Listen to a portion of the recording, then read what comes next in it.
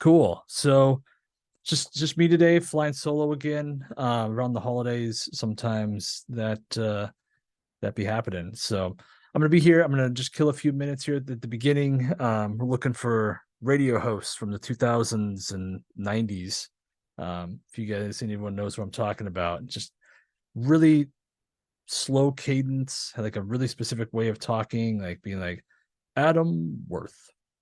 That is the news. So if you guys hear that, you know what I'm talking about, let me know because it's driving me nuts and it's not gonna be able to drop that for a while. So yeah, it's been a few weeks. We want to kind of wanted to kind of have this. I know the holidays are kind of weird. I hope everyone had a very happy Thanksgiving, by the way. If you were with family, with friends, even if you were flying solo, if you had some good food at the very least, it's a great excuse, right, to eat some good home cooked meals, or maybe something cooked from your local Costco or restaurant if you're less culinary inclined.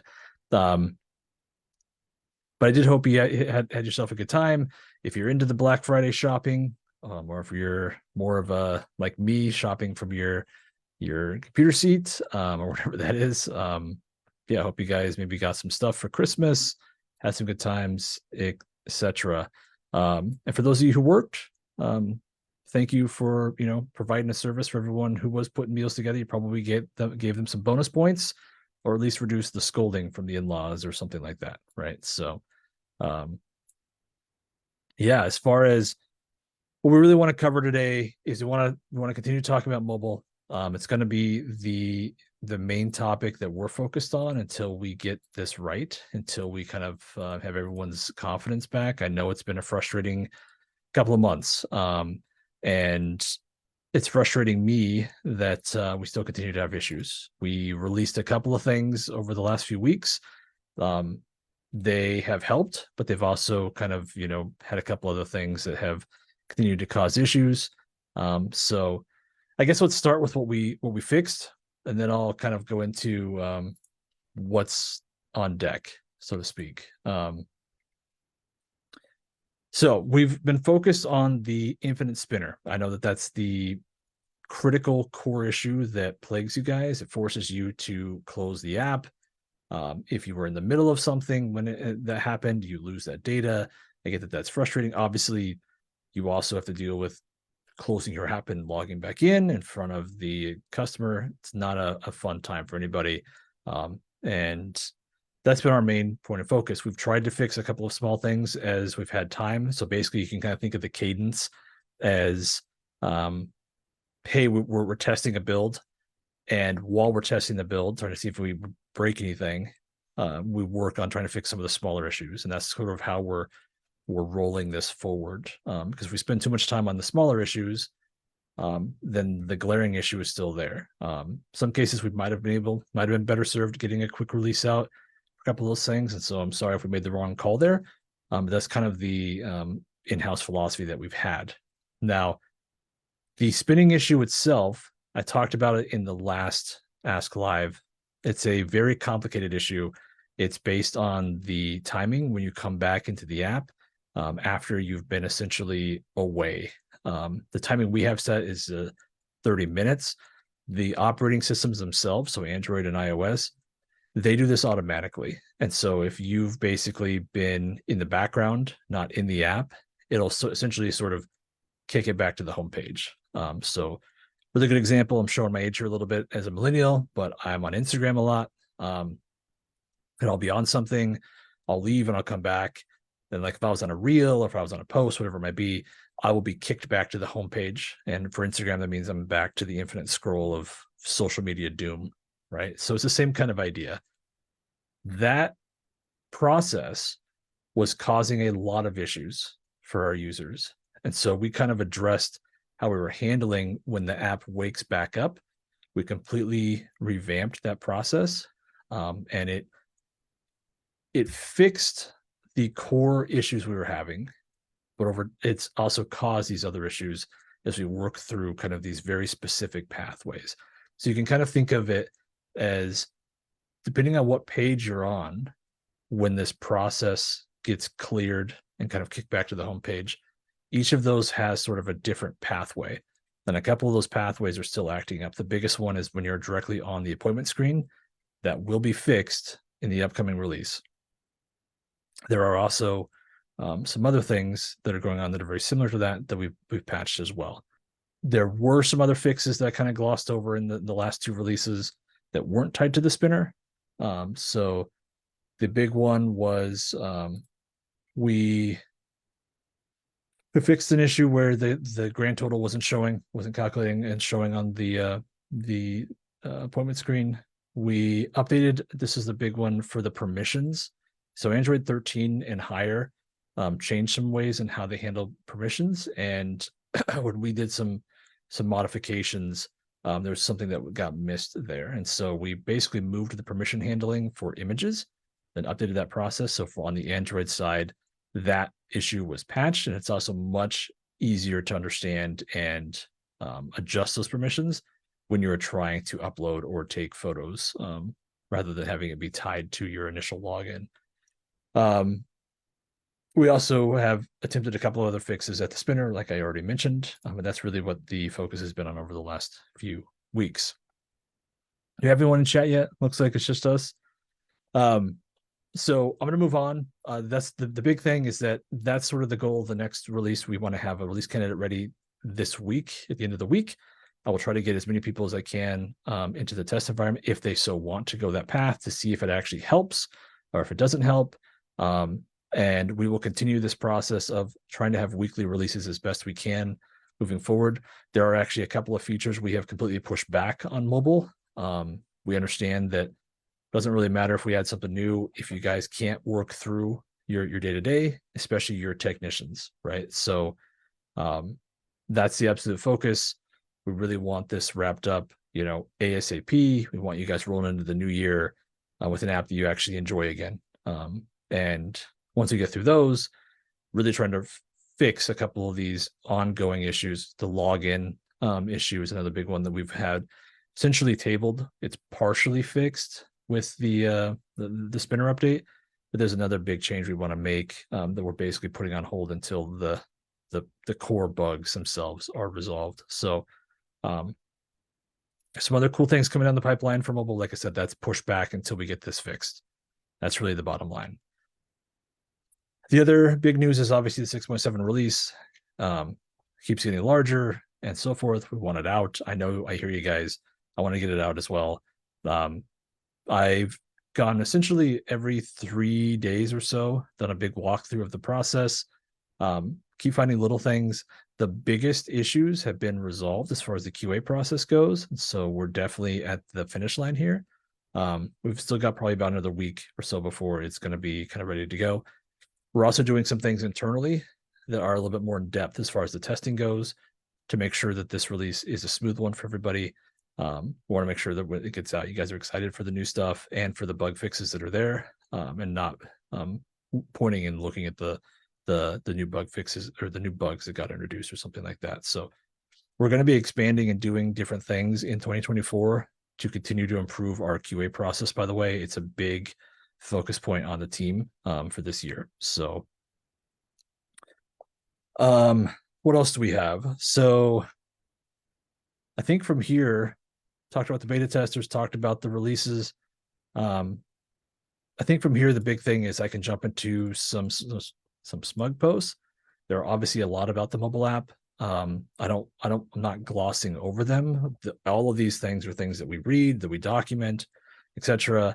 Alan, Robert, Joseph, John, all of you guys have posted about issues that you're having.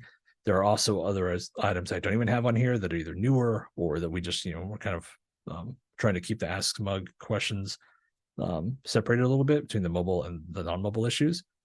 So the main thing is I'll be reaching out to those of you who have had specific problems when I get to that test version of the app, like I had mentioned earlier. I'll see if you guys are interested in that. Some of you I know are already, because you're in the initial thread that I asked. And so that'll be the first thing that I try. I just want to get more direct feedback from you guys.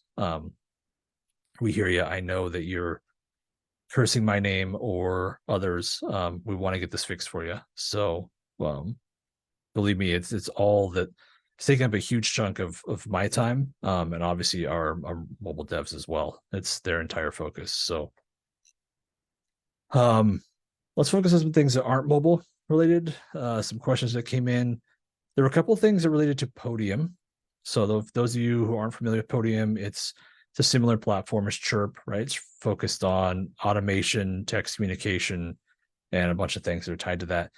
Podium is not a direct marketplace integration. They may or may not be at a future point, but they did reach out to me about a year ago. And their team has kind of worked with our development tools, and they have built a reasonable version of the integration. So my guess is they're reaching out to some of the users that they know use ServiceMonster, and that's what they're trying. That's why we're seeing some of these questions come up. Something that you're curious about, yeah, like it's not an official integration. The work was done on their side. They're not in our marketplace, but they do have a good reputation. There's something that you do want to kind of take a look at and see if it's worthwhile. You do need to be either a Grow or a Premier user because you'll have to have an API user in order to make the connection.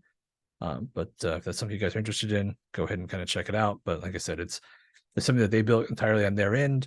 I've only had a couple of meetings with them about the kind of answering some dev questions and things like that. So that's where that's at.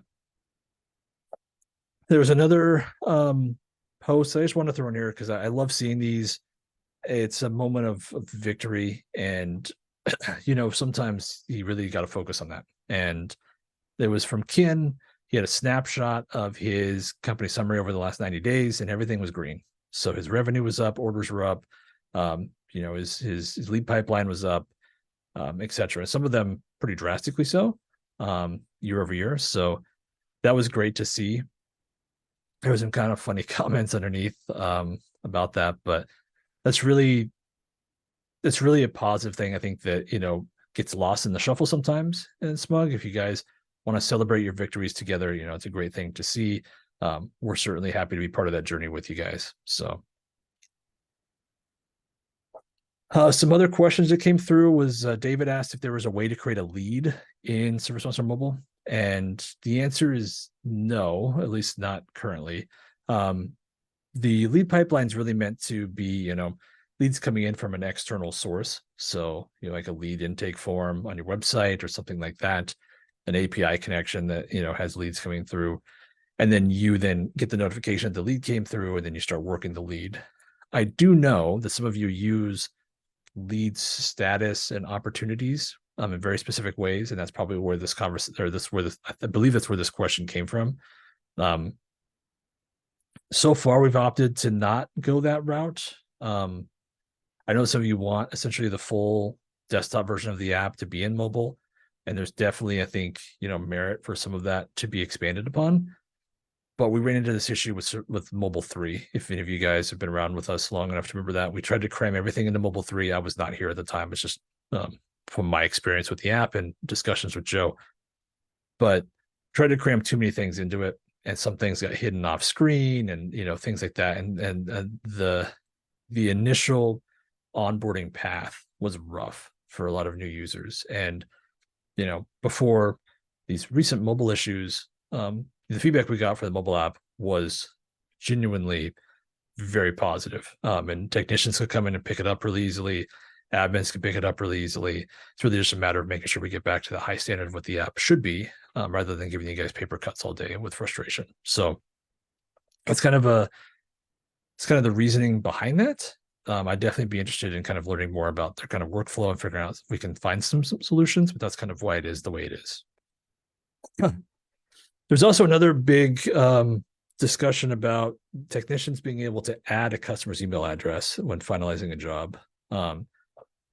And Alan sort of answered this for me, and kind of his response, he was talking about it's a permission thing. And so the way that the rules are set up, when you grant permission to something, it's basically it's not a global. You can think of it as like a view, edit, create, delete. Those are essentially the rules for various objects throughout the app. So you can think of like the account, right? There's rules where you can edit the account, view the account, delete the account, or create the account. And so the way those rules kind of get created, you can definitely have unintended consequences if you give too much of a permission for the entire account, for example, versus maybe you just want to edit a singular line item. And so we don't really have that kind of granularity in terms of like the rules themselves. So that's why it's built the way that it is. But the discussion was interesting to me. I'm going to take a deeper dive into it because apparently there is a way where if you already have an email, you can edit it.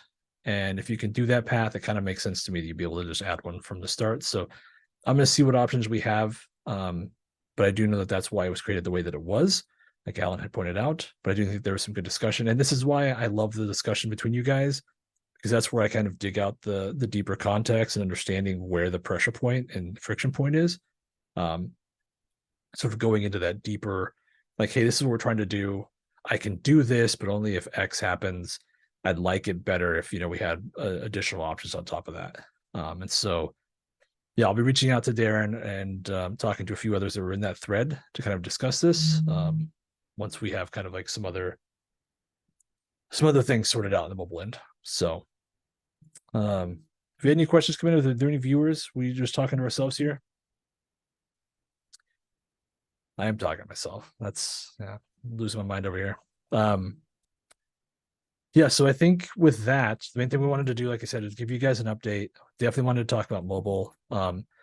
We don't want to shy away from that. If there's anyone who thinks that that's the case, that's absolutely not. There are a couple of posts I don't think had anyone actually directly respond to them, but trust me, every single post you guys have and other threads and so forth that we've looked at, we're taking it very seriously. We're trying to respond to as many of you guys as we can. And I also want to make sure I, directly face-to-face kind of, talking to you guys through here, another communication that we have, because it is our primary focus right now. So that is that. The other thing that I want to mention is that we've been kind of all over the place with our scheduling for this Ask Live. That's been my fault more than anything. My schedule's been chaotic. And so the marketing team's been trying to get me to kind of set a more realistic schedules to kind of get back on the run. And so right now what we're looking at targeting Friday the 15th in December. So I think that's technically the third Friday. So we're looking at scheduling the 15th, get in before the holidays, talk to you guys, updates, hopefully have some fantastic news on both the 6.7 release and the mobile release. And then after that, try to get back on our normal cadence, which either the first or second Friday of each month, depending on kind of where that month lines up. So that's kind of the goal. Want to get back to that. Obviously, Friday is an easier day for most of you guys to tune in if it's the end of your day. Tuesday is kind of an oddball day, but we wanted to get this out to you if I'm talking to myself right now, so you guys could have the video, listen on your own time, and so forth. Feel free to leave comments and so forth on here. I'll be reaching out to you guys, like I mentioned, as far as the testers, both iOS and Android, getting some test builds into your guys' hands if you're still game for that. Then we'll kind of go from there. Did I miss anything, Justin? I think that's the voice of God coming over here. I don't think so. It sounded good to me.